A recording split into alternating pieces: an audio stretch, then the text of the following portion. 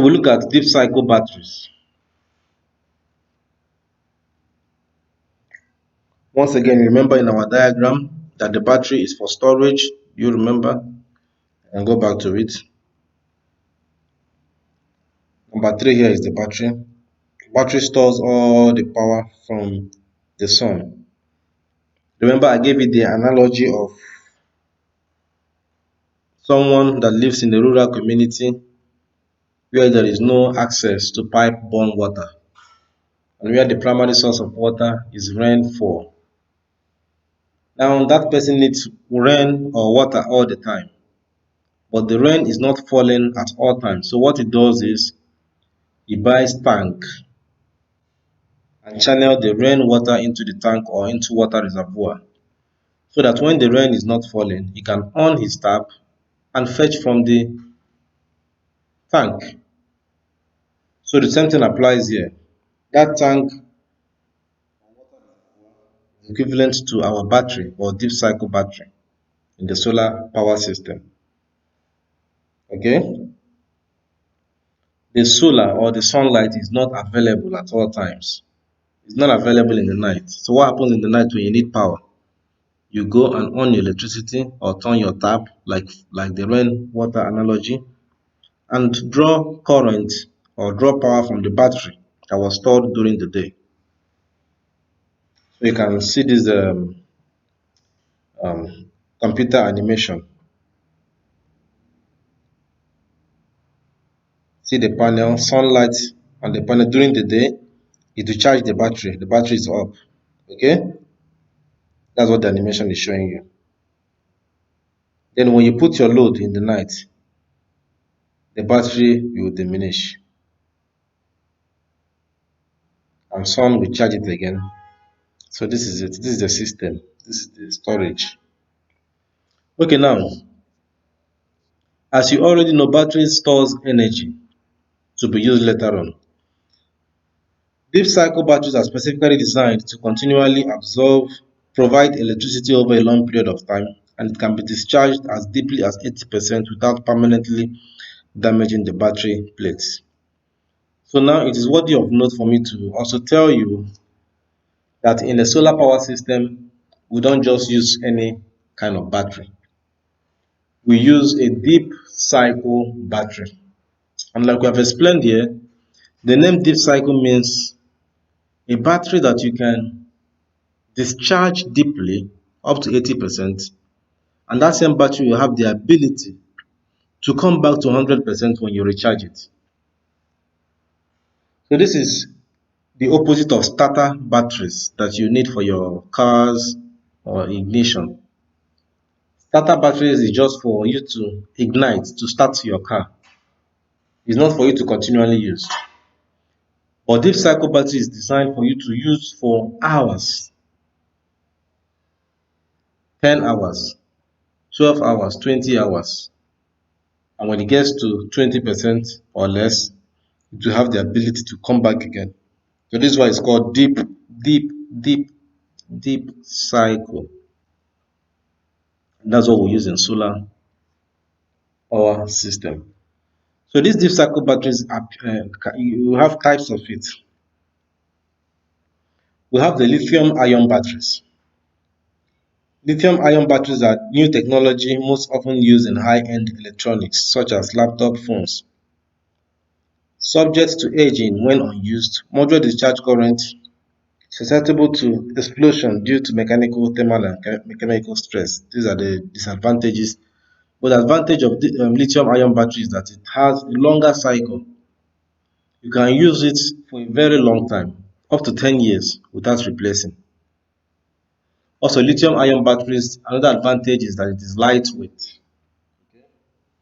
It's not heavy at all. Another advantage of lithium-ion battery is that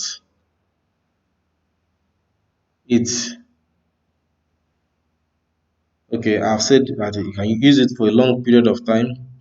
It is lightweight.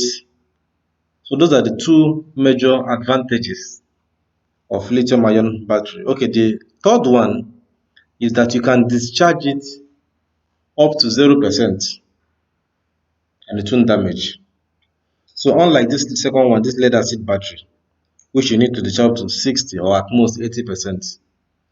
For lithium ion battery, you can discharge it completely and it will bounce back safely. So the lead acid battery is the very old technology and the one you most probably know. These batteries consist of lead plates surrounded by acid containing electrolyte, sulfuric acid. The electrolyte may be dissolved in distilled water, flooded, or in AGM, absorbed in glass mat, or fixed as a gel. Okay, so these are the two types of the batteries that we have: the lithium ion and the lead acid battery. So if you paid attention, you notice that this lead acid battery, there are also about two types of it, or three types. We have the wet cell. Wet cell, that is the one that you need to top distilled water. It's not maintenance free. It's still on the type of lead acid battery.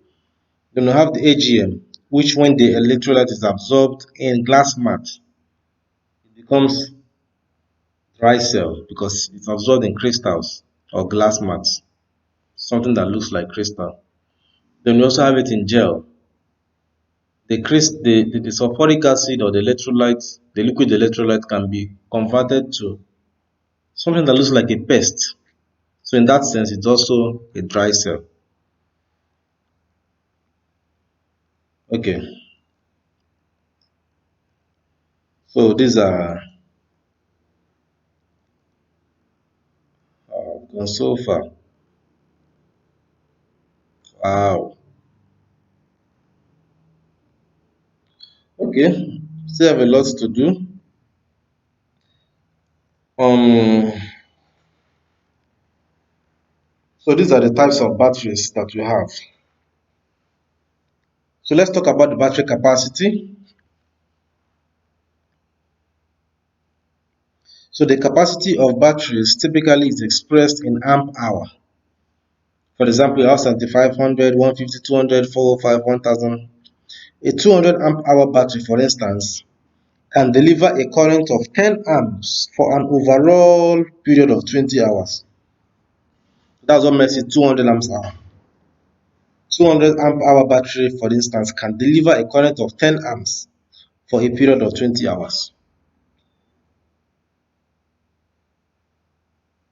which means it can also deliver 20 amps for a period of 10 hours. The higher the amperage you are drawing from the battery, the lesser the time the battery will run. Okay, so now you understand the correlation between amp and hour for the battery. So these are the types of deep cycle batteries that we talked before. The flooded one I've already told you, they are wet cells. Also, they have an advantage over the other lead acid battery. Over dry cells, most times the flooded last longer because you actually maintain it. You actually have to top the electrolyte with distilled water at all times. So the AGM, unlike flooded batteries, these batteries emit no gases and can be shaken or even tipped on their side. They have low self-discharge and are maintenance free. They do not need to be refilled or equalized. Equalization can even be harmful. AGM and other seed batteries need to be charged at lower rates than flooded batteries to prevent gassing. AGM batteries tend to have a slighter, shorter lifespan than gel batteries and well-maintained flooded batteries. Okay, so the last one is gel batteries. They use a gel to fix the electrolyte for the same purpose that AGM batteries use fiberglass to absorb liquid electrolytes. So they use gel to make it look like a dry cell, just like the AGM use fiberglass or glass mats to absorb their own electrolyte. As the gelled electrolyte contains some moisture, it can have slightly more gassing, slightly. So this example of your flooded battery is also called tubular battery. Deca is a good example of your gel battery. You can see it has vents for possible gassing. Then you have your AGM. Then you have your lithium ion.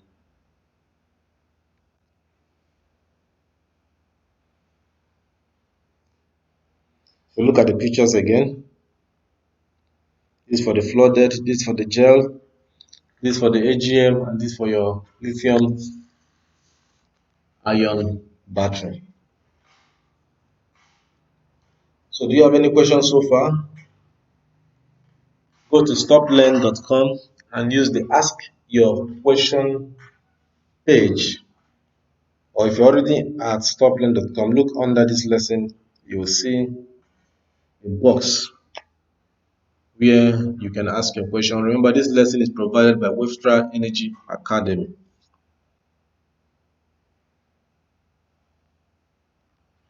Okay, now let's look at battery cycle. Battery cycle.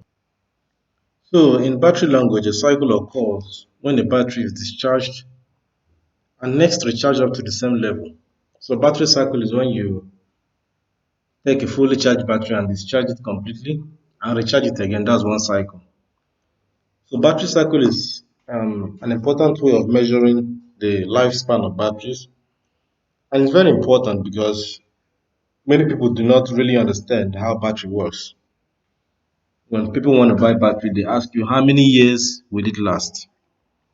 But actually, the best way to measure the lifespan of a battery is to go back and find out how many cycles the battery has. So lead acid batteries are designed to have either deep or shallow cycle. Shallow cycle batteries such as car batteries are designed to deliver a large amount of energy in a very short time, 5 to 10 minutes, making it perfect to start a car engine but not to power the solar energy system. Battery specifications are supposed to contain a cycle life diagram. The diagram can be used to compare the expected lifespan of various battery types. The higher the number of cycles at a particular depth of discharge, the longer the expected lifespan of the battery.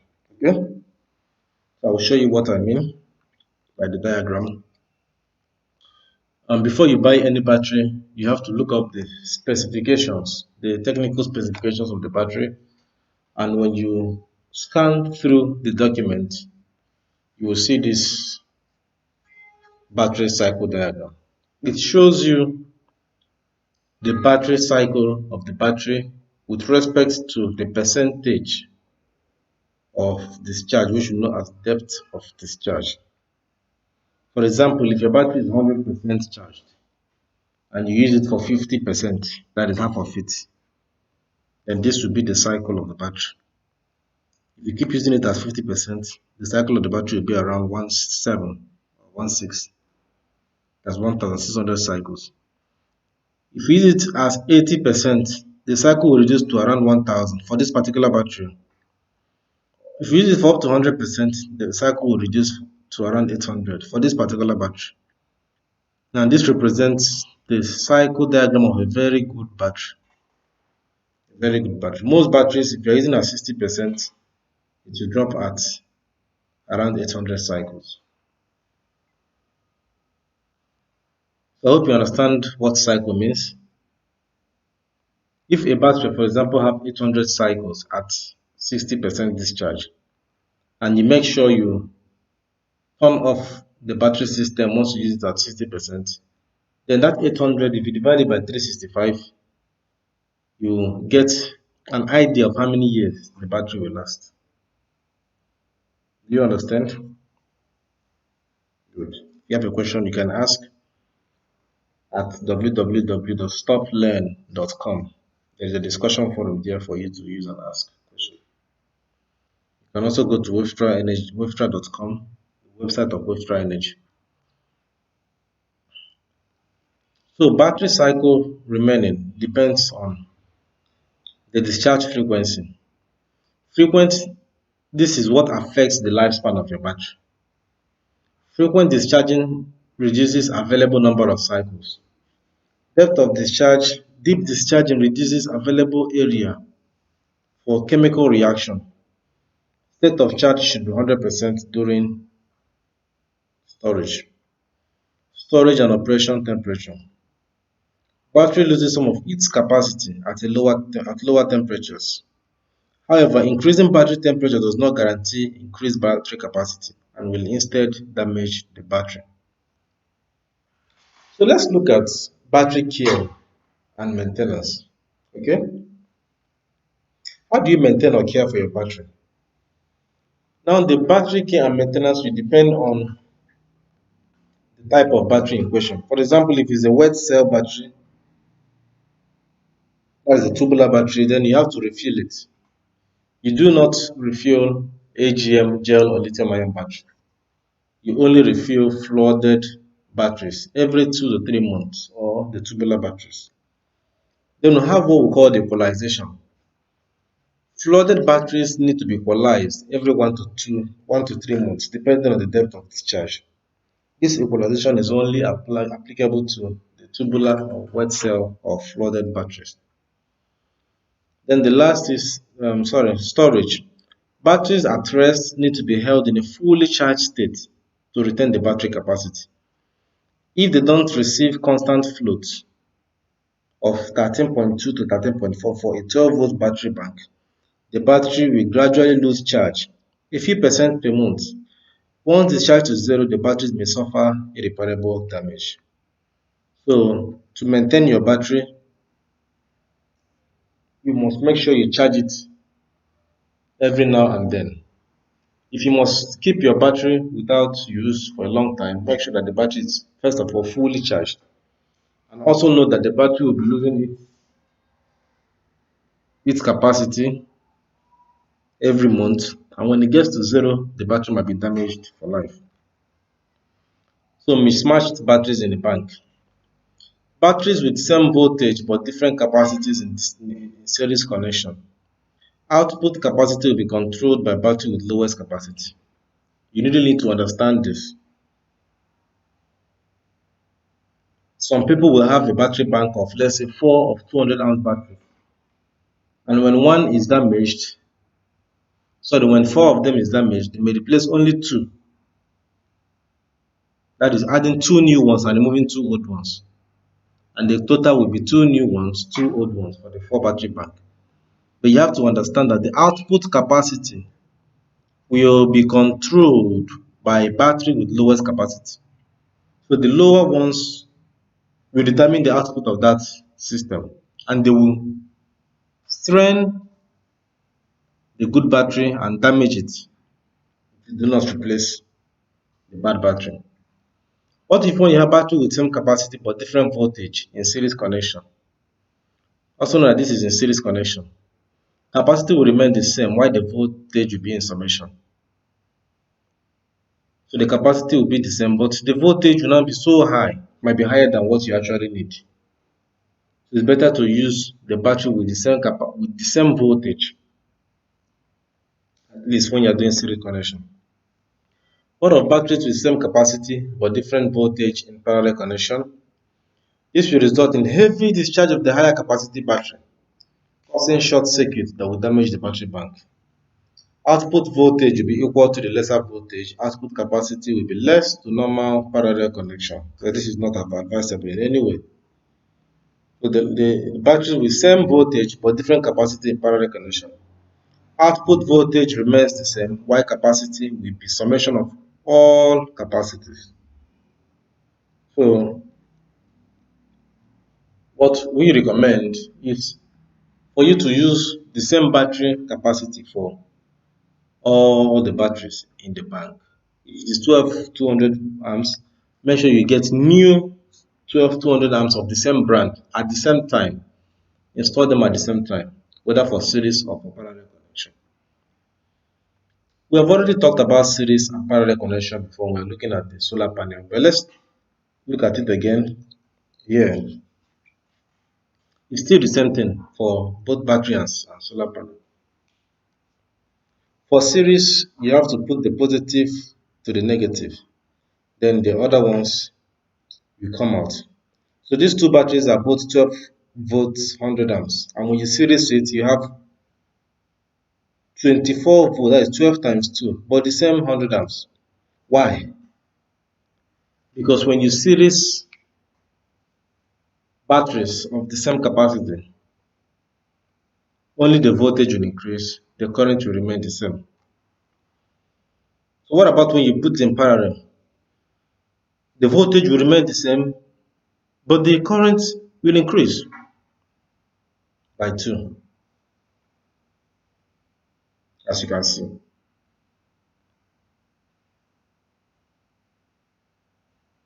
So for parallel, you put positive and positive, negative and negative, one positive out, one negative, one positive out, one negative out. While for series, you put positive and negative, and one positive out and one negative out.